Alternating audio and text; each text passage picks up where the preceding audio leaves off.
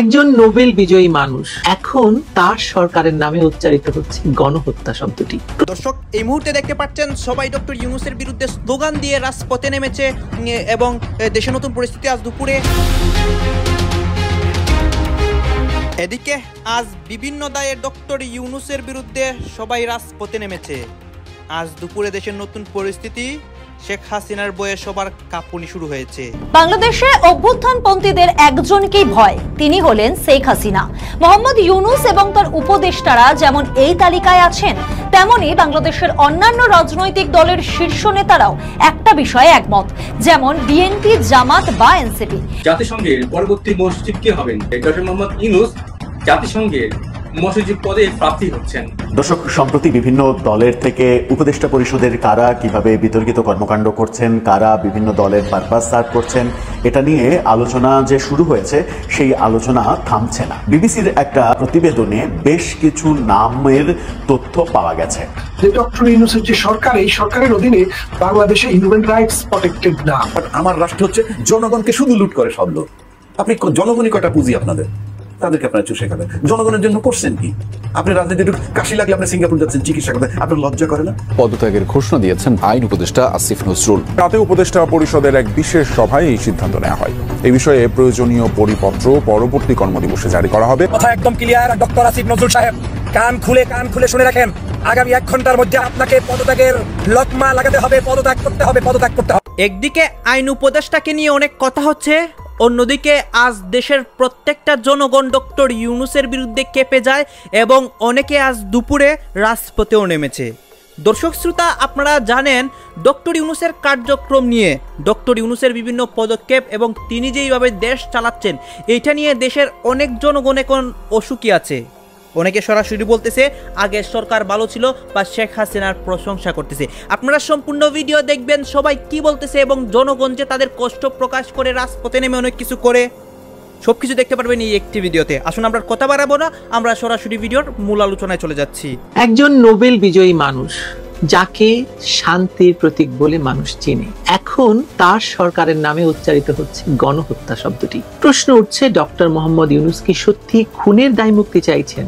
খুনেরও indemnity হয় নাকি খুনের মামলা কখনো তামাদি হয়? চলুন দেখা যাক ইউনূস কিভাবে খুনের ইন্ডেমনিটি চাইছেন। 2024 সালের 15 জুলাই থেকে 8ই অগস্ট পর্যন্ত বাংলাদেশে যা ঘটেছে তাকে কেউই স্বাভাবিক রাজনৈতিক অস্থিরতা বলতে পারবে না। সেটি ছিল পরিকল্পিত ধ্বংসযজ্ঞ। অসংখ্য মানুষ নিহত, হাজার হাজার আহত, অগণিত বাড়িঘর পুড়িয়ে ছাই করে দেওয়া হয়েছে।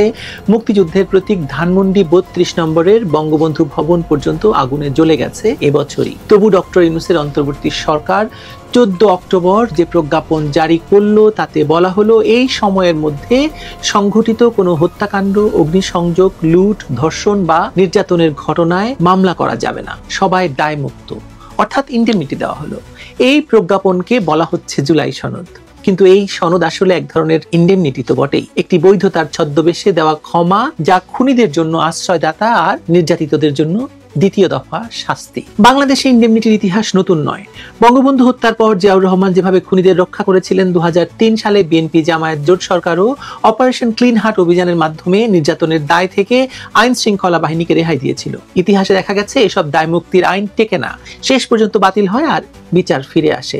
তাহলে ডক্টর ইউনূস ভাবছেন কি করে যে একটিমাত্র জুলাই সনদ তাকে এবং তার মিত্রদেরকে রক্ষা করবে? ক্ষমতার পালাবদল মানেই বিচার প্রক্রিয়ার নতুন দিক নির্দেশনা। ইতিহাস তাই তো বলে। বঙ্গবন্ধু হত্যার বিচারের মতো আগস্টের এই হত্যাযজ্ঞের বিচারও সময়ের অপেক্ষা মাত্র। গত 13 মাসে ইউনূস সরকারের অধীনে রাজনৈতিক সহিংসতা বাংলাদেশের সর্বকালের রেকর্ড ভেঙেছে। বিভিন্ন মানবাধিকার সংস্থার হিসাবে অন্তত 1218টি সহিংস ঘটনার মধ্যে 280 জন নিহত, 8200 জন আহত হয়েছে। বিএনপি জামায়াত জোটের মধ্যকার অভ্যন্তরীণ সংঘর্ষেই মৃত্যু হয়েছে 88 জনের। কিন্তু এই সংখ্যা কেবল পরিসংখ্যান নয়, এটি সেই সরকারের নৈতিক ব্যর্থতার দলিল যে সরকার শান্তি নয় প্রতিশোধকে নীতি হিসেবে গ্রহণ করেছে এবং তা ডক্টর ইউনূসের সরকার। পুলিশ হত্যা ছিল এই প্রতিশোধের সবচেয়ে ভয়াবহ উদাহরণ। 2024 সালের 5 থেকে 8ই আগস্ট পর্যন্ত সারা দেশে 500টিরও বেশি থানায় হামলা হয়েছে, নির্বিচারে পুলিশ সদস্যদের হত্যা করা হয়েছে। বিভিন্ন সূত্র বলছে নিহত পুলিশ সদস্যদের সংখ্যা 3000 ছাড়িয়েছে, যদিও সরকার বলছে মাত্র 46 জন। শুধু পুলিশ নয়, আওয়ামী লীগ এবং মুক্তিযুদ্ধপন্থী রাজনীতিকদের উপর নেমে এসেছিল এক দুঃস্বপ্ন। প্রায় 4 লাখ নেতাকর্মী এখনো বন্দী, হাজার হাজার মানুষ নিখোঁজ। এই সহিংসতা কেবল রাজনৈতিক প্রতিশোধ নয়, এক গভীরভাবে পরিকল্পিত সামাজিক প্রকৌশল অথবা বলতে পারেন সোশ্যাল ইঞ্জিনিয়ারিং। আওয়ামী লীগের নেতাকর্মী যারা আছেন তাদের জন্য একটু তো মন খারাপের খবর এবং কি দুঃসংগত বলা যেতে পারে। গতকালকে শেখ হাসিনার যিনি ভাগ্নি আছেন, যুক্তরাজ্য প্রবাসী বা সেখানে নাগরিক টিউলিপ সিদ্দিকী, তিনি একটা স্ট্যাটাস দিয়েছেন। তো তার এই স্ট্যাটাসের পরপরই আপনারা নিশ্চয়ই দেখেছেন ফেসবুক ইতিমধ্যে যে তিনি অসুস্থতার খবর যেটা আসছে। এখন আসলে তিনি প্রকৃতপক্ষে কি অসুস্থ, এর মাঝখানে অনেকগুলো খবর আবার সামনে চলে আসছে যে কেউ কেউ বলছেন শেখ হাসিনা দীর্ঘদিন ক্যান্সারে আক্রান্ত ছিলেন, গোপনে চিকিৎসা নিতেন, এটা তিনি কাউকে বলেন নাই, তিনি আসলে ক্যান্সার আক্রান্ত।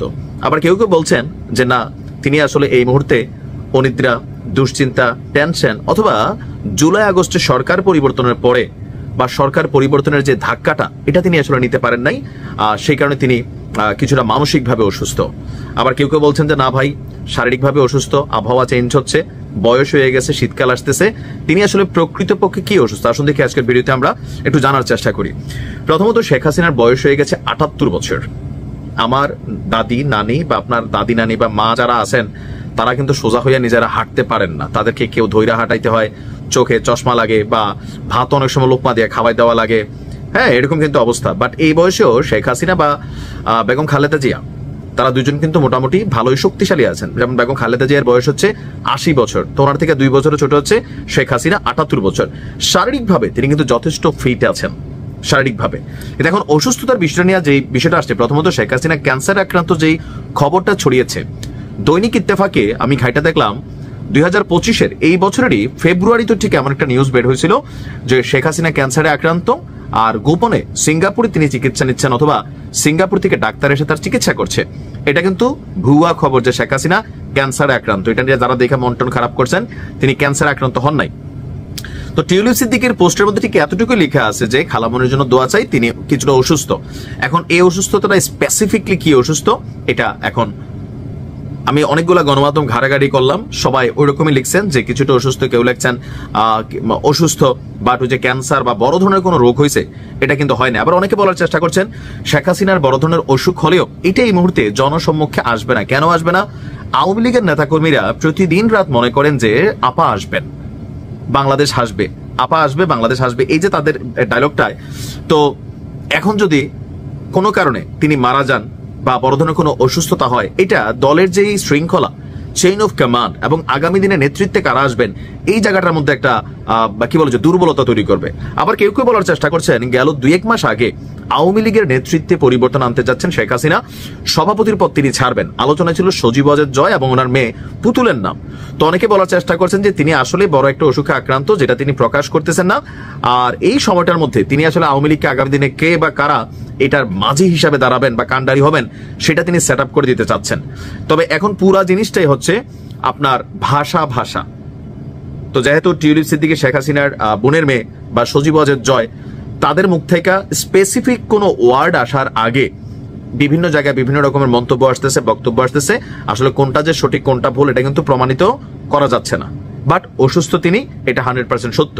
কারণ বয়স্ক মানুষ, বয়স হয়েছে, আবহাওয়া চেঞ্জ হয়েছে, ঠান্ডা পড়তেছে অনেক দেশে, ভারতেও ঠান্ডা পড়তেছে, এটাও হইতে পারে, মানসিক স্ট্রেস হইতে পারে, আবার হইতে পারে আসলে তিনি বড় কোনো অসুখে আক্রান্ত যেটাকে গোপনীয়তা রাখা হচ্ছে। যেমন ধরেন ভ্লাদিমির পুতিনের অনেকে বলে ক্যান্সার, আমেরিকা বারবার তার বিভিন্ন ধরনের জিনিস প্রকাশ করে। আর ধরেন তিনি কোন দেশে গেলে তার হাগুটাও পর্যন্ত তার দেশের লোকেরা সাথে নিয়ে আসে, যেন প্রমাণ করা না যায় যে তিনি বড় কোনো অসুস্থতায় আক্রান্ত। কেন? ডক্টর ইউনূস সরকারের অসাধারণ সিদ্ধান্তে ধীরে ধীরে বাংলাদেশে সুষ্ঠু নির্বাচনের পথ উন্মুক্ত হচ্ছে। আমার একটা পয়েন্ট সাম্প্রতিক আলোচনাগুলোর, যে জামাত ইসলামী ক্ষমতা আসবে এটা দিবালোকে স্পষ্ট।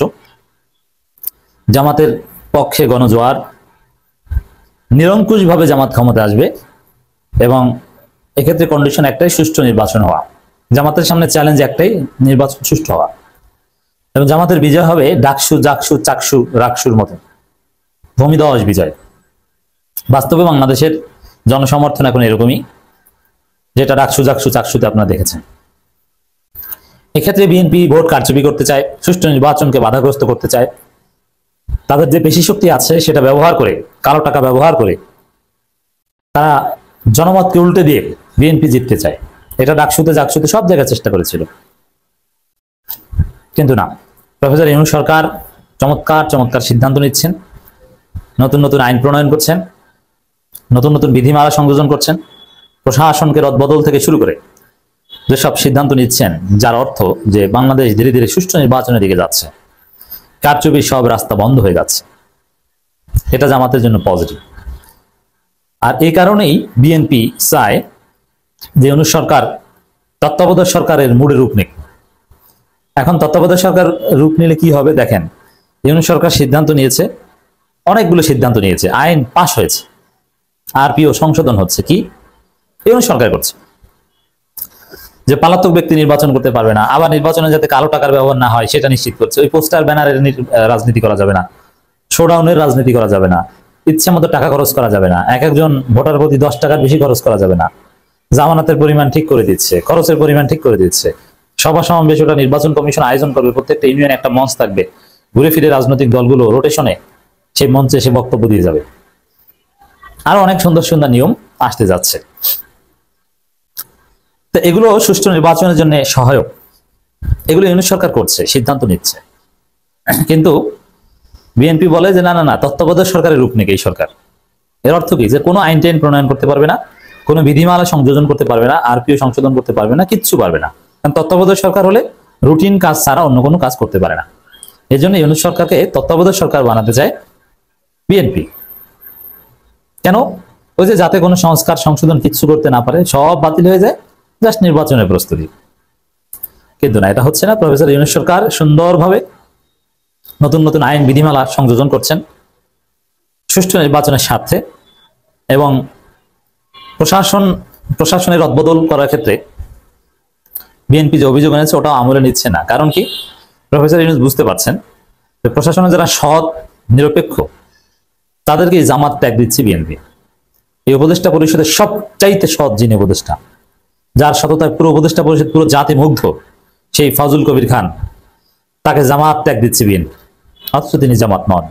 সিলেটের ডিসি সরোয়ারকে জামাত ট্যাগ দিচ্ছে বিএনপি, অথচ জামাতের সাথে তার কোনো সম্পৃক্ততা অতীতেও ছিল না, এখনো নাই। তিনি সবার ডিসি। ফজল কবির খান একজন নিরহংকারী, একজন নির্লোভ, সৎ দক্ষ একজন উপদেষ্টা। তার মন্ত্রণালয়ের যে এফিসিয়েন্সি অসাধারণ। বাংলাদেশের জন্য আল্লাহর খাস রহমত যে বাংলাদেশের উপদেষ্টা পরিষদে একজন ফজল কবির খান আছে। দর্শক, সম্প্রতি বিভিন্ন দলের থেকে উপদেষ্টা পরিষদের কারা কিভাবে বিতর্কিত কর্মকাণ্ড করছেন, কারা বিভিন্ন দলের পারপাস সার্ভ করছেন, এটা নিয়ে আলোচনা যে শুরু হয়েছে সেই আলোচনা থামছে না। যদিও এতদিনে সেই ভেতরের নামগুলো নিয়ে তেমন একটা আলোচনা হয়নি যে কাদের ব্যাপারে অভিযোগগুলো আসলো। বিবিসির একটা প্রতিবেদনে বেশ কিছু নামের তথ্য পাওয়া গেছে। এই উপদেষ্টাদের বিতর্কিত মনে করছে দলগুলো, বিশেষ করে 3টি দল, বিএনপি, জামাত এবং এনসিপি। তাদের পক্ষ থেকে বেশ বড় একটা লিস্ট ধরিয়ে দেওয়া হয়েছে। সেই লিস্টে অনেকের নাম উঠে এসেছে, এবং অনেকের নাম যেমন উঠে এসেছে তেমনি এরই মাঝে যেটা ঘটেছে সেটা হচ্ছে যে অলরেডি একজন উপদেষ্টাকে উপদেষ্টা পরিষদে ওএসডি করে ফেলা হয়েছে। অর্থাৎ তার মন্ত্রণালয় থাকলেও তার মন্ত্রণালয়ের কর্তৃত্ব তার হাতে আর নেই। আর একজন উপদেষ্টাকেও ওএসডি করার প্রক্রিয়া চলছে, এরকম তথ্য আসছে, এবং এরকম তথ্য সরকারি ঘোষিত গেজেটের মাধ্যমে প্রমাণিতও হচ্ছে। কি হচ্ছে উপদেষ্টা পরিষদে? জামাত, এনসিপি এবং বিএনপি কোন কোন উপদেষ্টার নাম বলল, বিবিসি কাদের কথা সামনে নিয়ে আসলো, কাদের কথা সরাসরি না বলেও বিভিন্নভাবে বুঝিয়ে দিল যে এই উপদেষ্টার ব্যাপারে এক ধরনের আপত্তি রয়েছে দলগুলোর।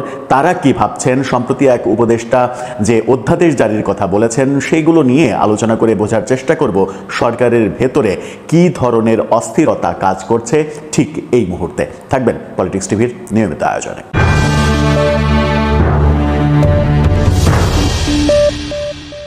দর্শক, বলছিলাম উপদেষ্টাদের মধ্যে কারা বিতর্কিত কর্মকাণ্ড করছেন বলে দলগুলো অভিযোগ দিচ্ছে, সেই তথ্য যেমন বেরিয়ে এসেছে, এবার নামগুলো বেরিয়ে আসছে, বিভিন্নভাবে আলোচিত হচ্ছে এবং বিবিসির প্রতিবেদনেও নামগুলো উঠে এসেছে। বিবিসি যে প্রতিবেদনটা করেছিল তার শিরোনামটা ছিল এমন, বিএনপি জামাতের চোখে বিতর্কিত উপদেষ্টা কারা। যদিও শিরোনামটা এটা, কিন্তু এনসিপির চোখেও বিতর্কিত উপদেষ্টা কারা সেই তালিকা নিয়েও যথেষ্ট আলোচনা হচ্ছে। এবং সেখানে একটা মজার ব্যাপার লক্ষ্য করা যাচ্ছে যে জামাত এবং এনসিপির চোখে বিতর্কিত একেবারে প্রায় সেম, মানে জামাত যাদেরকে মনে করছে। দর্শক, আপনারা তো দেখলেন এখানে কি কথা হচ্ছে। অনেকেই কিন্তু অনেক কথা বলতেছে, অনেকে আলোচনা করতেছে, অনেকে সমালোচনা করতেছে দেশের বিভিন্ন অবস্থা এবং পরিস্থিতি নিয়ে। বিশেষ করে এখানে দেশের রাজনৈতিক প্রেক্ষাপট নিয়ে কথা হয়, আরও অনেক বিষয় নিয়ে কথা হয়। গাইজ, এই বিষয়গুলো নিয়ে আপনাদের মন্তব্য কি? অবশ্যই আপনারা আপনাদের মন্তব্যটা আমাদের কমেন্ট বক্সে লিখে যাবেন। আর হ্যাঁ, তখন আপনাদেরকে আমরা যা কিছু দেখিয়েছি সব কিছু আমরা সোশ্যাল মিডিয়া থেকে সংগ্রহ করেছি। এখানে আমাদের নিজস্ব কোনো মন্তব্য নেই বা নিজস্ব কোনো সিদ্ধান্তও নেই। সর্বশেষ আপনাদের কাছে আমাদের একটা রিকোয়েস্ট থাকবে, আপনারা আমাদের চ্যানেলের নতুন দর্শক হয়ে থাকলে চ্যানেলটি সাবস্ক্রাইব করবেন এবং পাশে থাকা বেল বাটনটি বাজাবেন, যাতে করে নেক্সট ভিডিওটা সবার আগে আপনাদের কাছে পৌঁছে যায়। ধন্যবাদ।